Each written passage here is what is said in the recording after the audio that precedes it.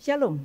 Puji syukur kepada Tuhan kalau pada hari ini kita dipertemukan dalam persekutuan doa online yang bertemakan tentang kebenaran hidup. Diambil dari Yohanes pasal 15 ayat 1-8 yang akan disampaikan oleh Bapak Penatua Setyo Sabdono. Bapak, Ibu, dan Saudara yang terkasih, hidup yang benar itu seperti apa ya? Ada teman saya yang mengatakan seperti ini, jika kamu ingin hidup yang benar, maka tambahkanlah Yesus dalam hidupmu. Mengapa? Karena hanya Yesus yang dapat memberikan hikmat untuk kita bisa melihat jalannya. Hanya Yesus yang dapat memberikan hikmat supaya saudara dan saya dapat menjalaninya dengan penuh sukacita walaupun banyak persoalan ada di depan kita. Terpujilah Yesus, terpujilah Allah.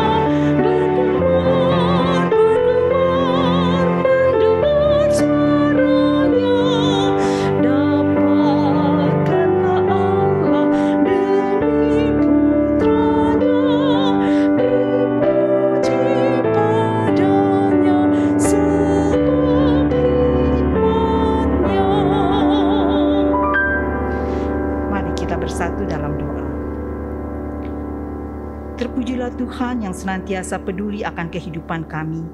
Kami bersyukur atas anugerah yang Tuhan limpahkan dari hari ke hari dalam kehidupan kami. Hikmat-Mu Tuhan yang kami perlukan dalam menjalani hari-hari kehidupan ini. Saat ini kami bersatu hati ingin belajar tentang kebenaran hidup. Celikanlah mata hati kami, terangkanlah pendengaran kami, agar firman yang akan kami gumuli saat ini tidak sia-sia, namun menuntun kami memahami kehendak Tuhan dalam hidup kami. Hanya di dalam Yesus kami berdoa, terpujilah nama-Mu yang besar dan agung. Amin. Bapak, Ibu, dan saudaraku yang terkasih, hidup tanpa Tuhan berarti hidup tanpa makna. Hidup tanpa makna berarti hidup yang hampa tanpa harapan. Tentunya bukan kehidupan yang seperti itu toh yang kita inginkan. Lalu bagaimana caranya agar kita senantiasa memperoleh hidup yang penuh harapan? Cuma satu jawabnya, tinggallah di dalam Yesus.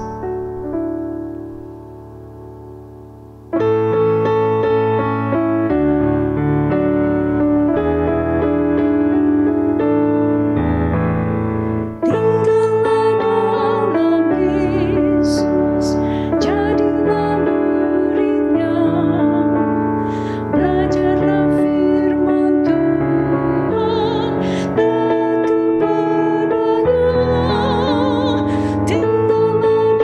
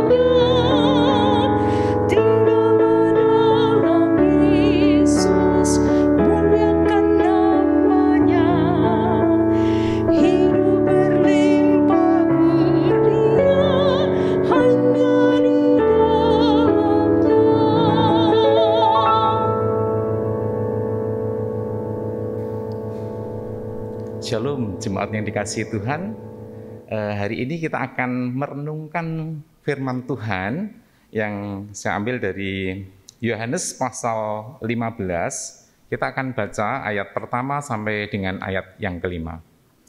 Yohanes pasal 15 ayat pertama sampai dengan ayat yang kelima.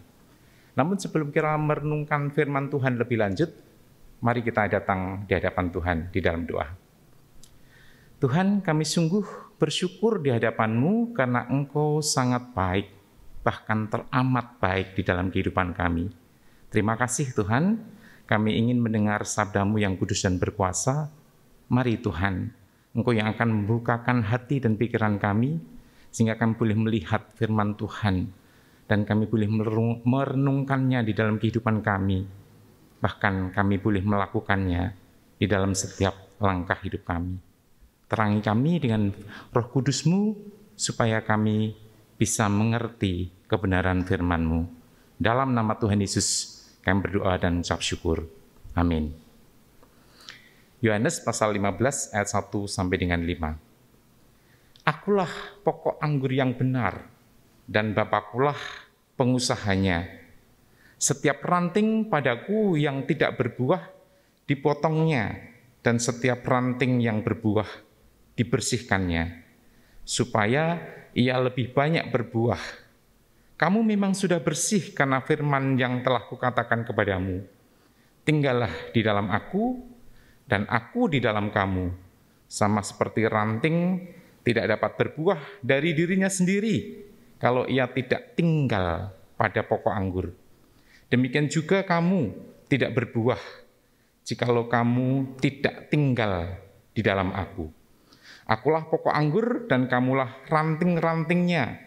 Barang siapa tinggal di dalam aku dan aku di dalam dia, ia berbuah banyak.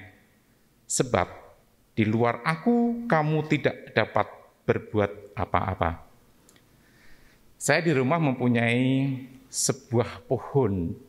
Di depan rumah saya ada sebuah pohon yang sangat bagus menurut saya, karena itu sepanjang tahun dia berbuah.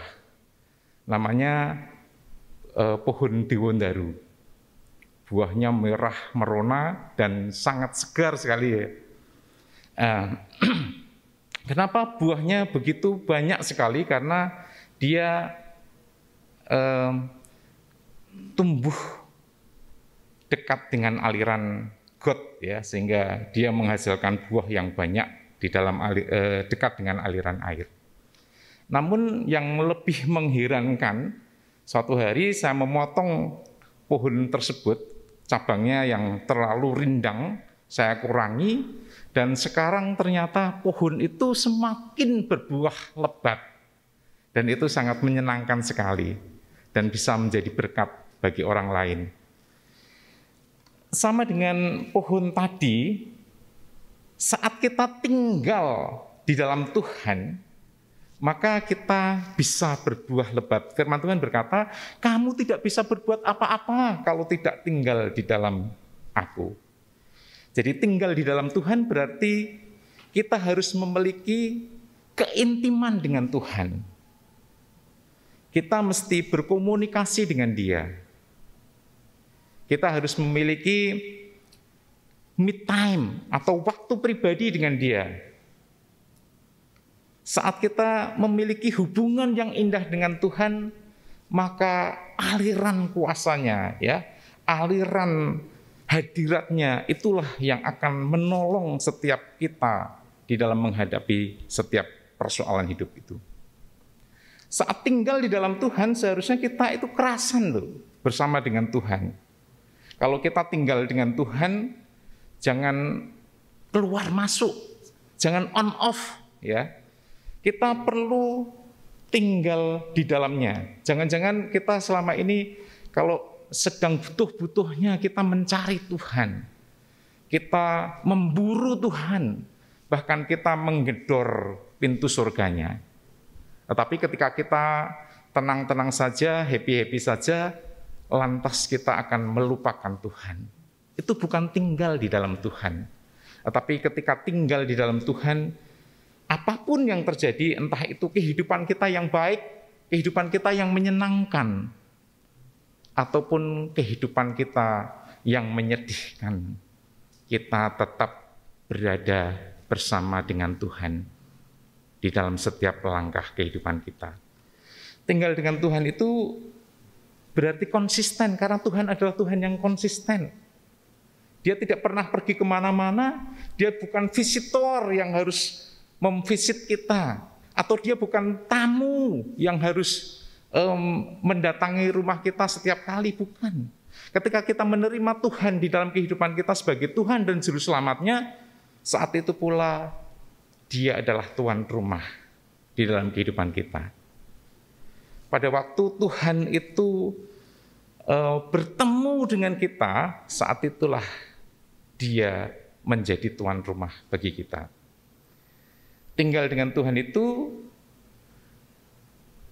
berarti kita harus menyerahkan seluruh kehidupan kita, aspek hidup kita, masalah kita, bahkan apapun yang kita lakukan hanya kepada Tuhan. Jadi jangan kita menjadi seorang Kristen yang di pelataran kudus bait Allah, tetapi jadilah orang Kristen yang di tempat kudus bait Allah.